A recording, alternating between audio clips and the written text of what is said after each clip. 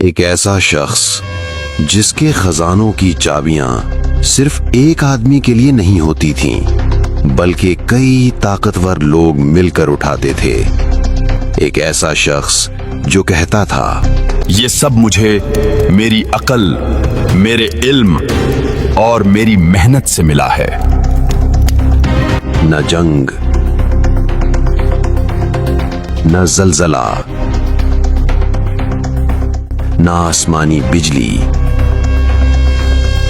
بس زمین نے منہ کھولا اور دولت کے ساتھ انسان کو بھی نگل لیا۔ یہ کہانی تلوار کی نہیں، یہ کہانی غرور کی ہے۔ یہ کہانی ہے قارون کی، اور یقین مانو جو آگے آنے والا ہے وہ آپ کو اندر تک ہلا دے گا۔ قارون بنی اسرائیل کا ایک فرد تھا، حضرت موسیٰ علیہ السلام کا قریبی رشتہ دار، مگر یہ کوئی عام آدمی نہیں تھا۔ یہ اپنے دور کا سب سے امیر انسان تھا۔ اس کی دولت کا اندازہ اس بات سے لگائیے کہ قرآن فرماتا ہے اس کے خزانے اتنے بھاری تھے کہ ان کی چابیاں بھی ایک جماعت کے لیے بوجھ بن جاتی تھیں۔ سونا، چاندی، جواہرات، گھر، محل اور عزت، ہر چیز قارون کے قدموں میں تھی، مگر اصل مسئلہ یہاں سے شروع ہوتا ہے۔ یہ دولت کسی نے مجھے بخشی نہیں، میں نے خود اپنے بل پر حاصل کی ہے۔ لوگ قارون کو سمجھاتے، اللہ نے تمہیں یہ سب دیا ہے، شکر ادا کرو۔ مگر قارون مسکراتا اور کہتا، یہ سب مجھے میری عقل، میرے علم اور میری محنت سے ملا ہے۔ یہیں سے شکر کی جگہ غرور نے لے لی۔ یہیں سے قارون اللہ کو بھول گیا اور اپنے آپ کو سب کچھ سمجھنے لگا۔ مجھے کسی کی ضرورت نہیں، میں جو کچھ ہوں اپنے دم پر ہوں۔ جو کچھ میرے پاس ہے وہ میری سمجھ اور میری طاقت کا نتیجہ ہے۔ حضرت موسیٰ علیہ السلام نے اسے سمجھایا، زمین پر اترا کر مت چلو، اللہ گھمنڈی کو پسند نہیں کرتا۔ اور جو تمہیں دیا گیا ہے اس سے آخرت کماؤ۔ مگر قارون ہنس پڑا۔ اس نے کہا، موسیٰ،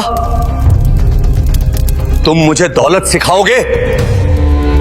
تمہارے پاس کیا ہے؟ اور میرے پاس کیا ہے؟ لوگ دیکھ کر کہتے، کاش ہمیں بھی قارون جیسی دولت مل جائے۔ اگر ہمیں بھی قارون جیسی دولت مل جاتی تو ہماری زندگی بھی بدل جاتی۔ اور یہیں سے فتنہ اور بڑھتا چلا گیا۔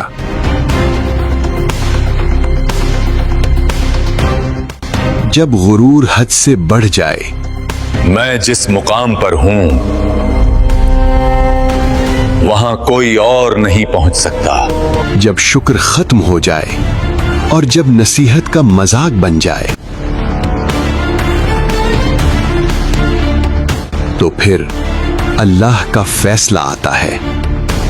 نہ فوج، نہ جنگ، نہ آسمانی بجلی، بس زمین کو حکم ملا،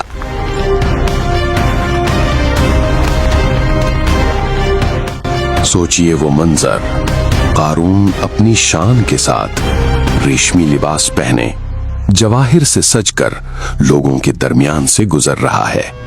لوگ حیرت سے دیکھ رہے ہیں، یہ کیسی شان ہے دور۔ انسان اتنا بھی امیر ہو سکتا ہے؟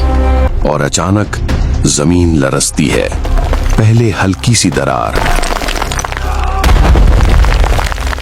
پھر ایک چیخ، پھر پورا زمین کا سینہ پھٹ گیا۔